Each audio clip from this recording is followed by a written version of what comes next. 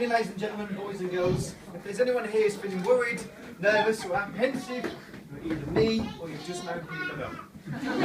Rest assured though, unlike most traditional best man speeches, which are full of sexual innuendos, I promise Peter and Kat a nice clean speech. Knowing it will be hard, and if there's any slightly risque, Joe and Lindsay will whip it out immediately, just like the stag do. Oh yeah. Firstly, on behalf of everyone, like that. Firstly, on behalf of everyone here, I'd like to say massive congratulations to Peter and Kat, and to thank you both for making us all take the day off work to be here. It's half term for you. We are here to celebrate their marriage, and I speak from the soul when I say how beautiful they both look and what a fantastic couple they make. Yes. I'd like to start my speech by thanking a few special people for their contribution here today and leading up to the wedding. I'd firstly like to thank the bridesmaids for carrying out their duties, making sure Kat got to the venue on time, as I hear she put quite a struggle. The bridesmaids look truly wonderful and are only rightly eclipsed by the beautiful bride Kat, I'm sure you all agree. Kat looks the picture, and standing next to Peter earlier, I could see how happy she has made him and what a great couple they would be. I'd also like to thank my two support acts for turning up fairly sober and for a job well done today. Considering James and Gerald had difficulty with the alphabet on their left and right, I'm glad everyone was sat in the correct place at the ceremony. Before I carry on, a brief message to all those who stay in the hotel tonight. Peter's informed me the hotel is actually haunted. So if you all hear the sounds of moaning and rattling chains during the night, according to Peter, this is the norm and not to complain. Quite fitting really, as it's nearly Halloween, the scariest night of the year, where men suffer extreme terror and women fear having the willies plucked them. It seems appropriate for the bride and groom here today. Now to the groom. The last time Peter stood up in a room full of people was found guilty, so I'm happy he's still with us. It was a technicality.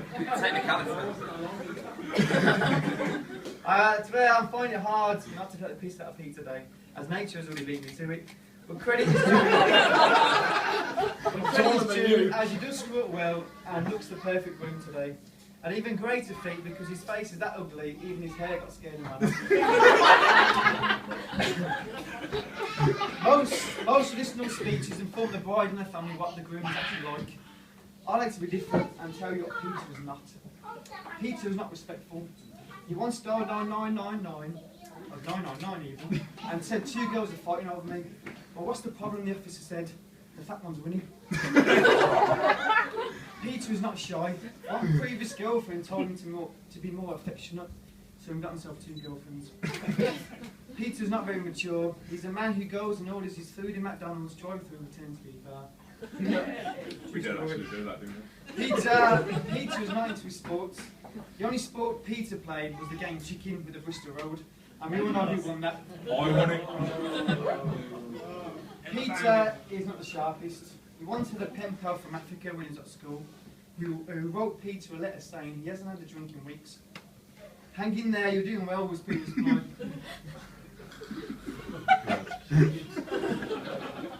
I'm honoured to be best man for Peter today, and I'd like to start by telling you how wonderful he is. I would like to, but a man like Peter only comes along once in a lifetime. I'm sorry it had to be during my lifetime. Some 27 years ago, I first met a boy who would turn into the man he is today. And that was an extra special moment for me. That was the day my fate was sealed as the second least popular boy at St. Lucy's Primary School. I met Peter when I was 2, who had already had his best years behind him at this stage. Me and Peter...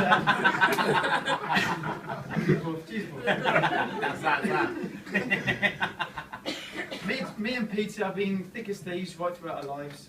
We attended the same nursery together, the same primary school, the same secondary school, the same sixth form.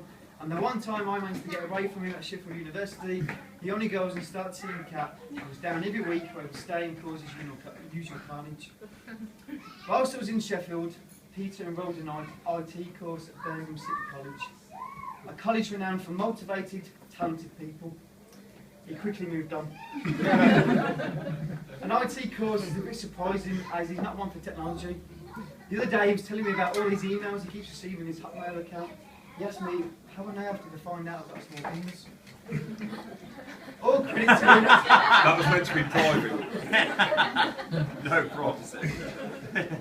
All credit to him, Peter's now moved up the ranks at Sainsbury's through his hard work, dedication and commitment. I don't think I know a man who puts in the hours to help provide a start in life for him and Kat.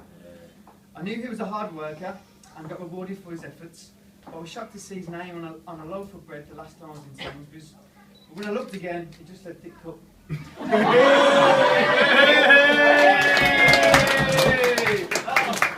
Your day will come. Brilliant. Peter Lavelle grew up in Bills in the 1980s. If you want to know what Bills was like in the 1980s, go there now. I'm not saying it's bad, but the kids in Africa are talking about releasing a single for them for Christmas.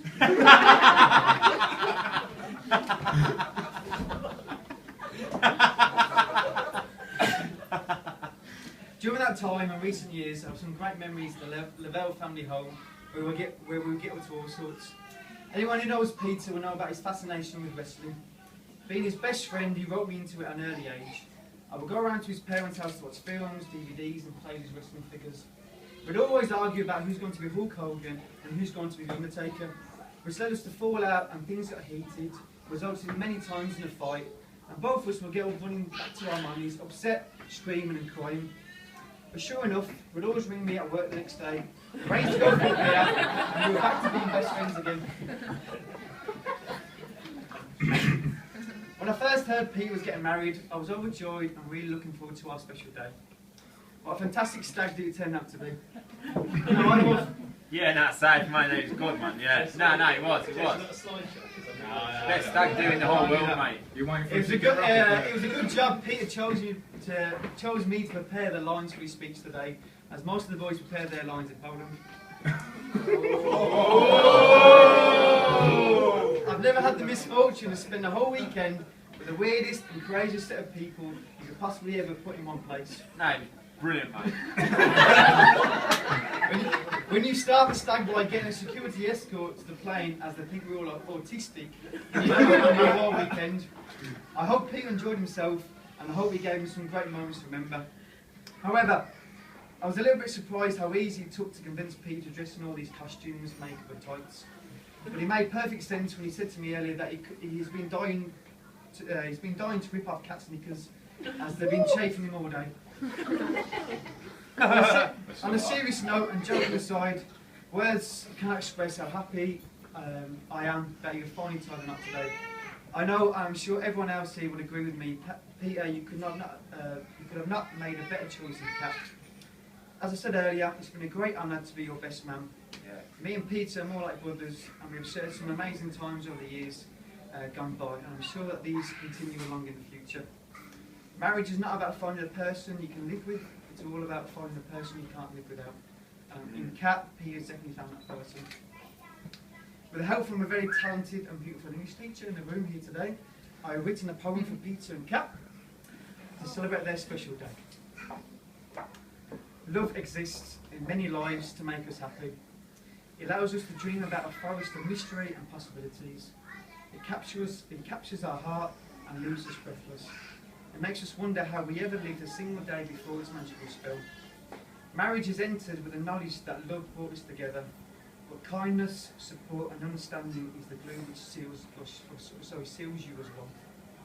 Through the calm and the storms, your love will continue to grow, and as you wander down the path of life, united, you will think back with gleaming smiles to the day when you said I do.